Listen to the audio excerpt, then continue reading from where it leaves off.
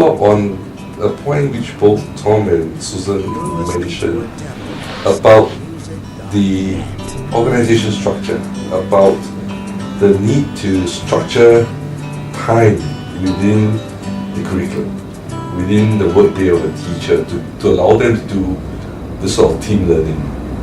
Right? Do you think, with your little understanding of Singapore school context, do you think that we need changes in terms of organizational structure, school leadership, school culture, to facilitate this sort of team learning?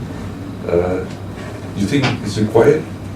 I think the question of time is one that all teachers everywhere have to work on. The traditional view of teaching is that unless you're in front of a class full of children and teaching your students, that you're somehow not using your time wisely. But in fact, teachers need time during the day to reflect on their practice, to make meaning of their work, to look at the data, to plan for how they're going to help students. All of that takes time, and it is a very legitimate use of teacher time.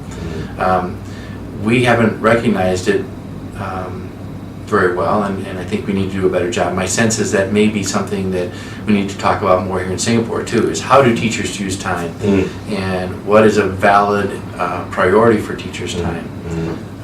For teachers to be able to do this work well, we're going to have to find ways to create time so they can work in these collaborative teams. That's when they're going to do their learning together. Whether it's learning circles, whether it's action research, or whether it's those regular team professional learning community teams that are working on student learning and increasing that. We have to create protected time for teachers to do that work.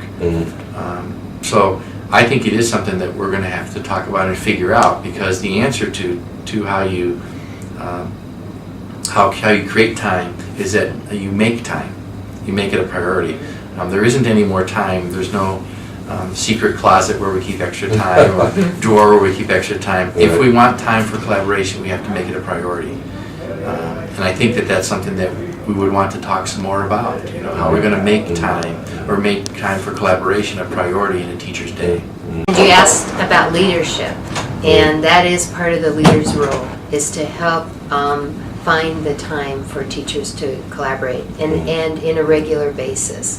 That if it's once a week that teams get together and they have an hour and a half, they have 40 minutes, whatever it takes to make some time during the school day, so that they are talking about their practice and doing the work of professional learning communities, teams, that the leaders are looking for that, and they're working with their community members. They're looking for different kinds of schedules or ways. In many of our schools in the United States, they've been very creative about how to pull kids together in different ways, and also, you know, sometimes convincing the communities and the parents, showing them that this is part of helping all of our teachers be better.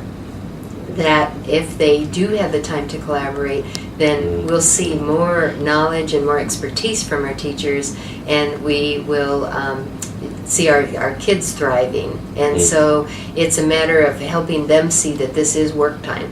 It is collaboration is actually improving our practice, and then getting them. We have early release sometimes where kids. My daughter's school in Denver, Colorado. Every Wednesday they leave an hour earlier than they do the other days of the week. And that's the time that the teachers come together. In other schools it might be that they start later and the kids come in a little bit later. But they have started to do that to support the teams.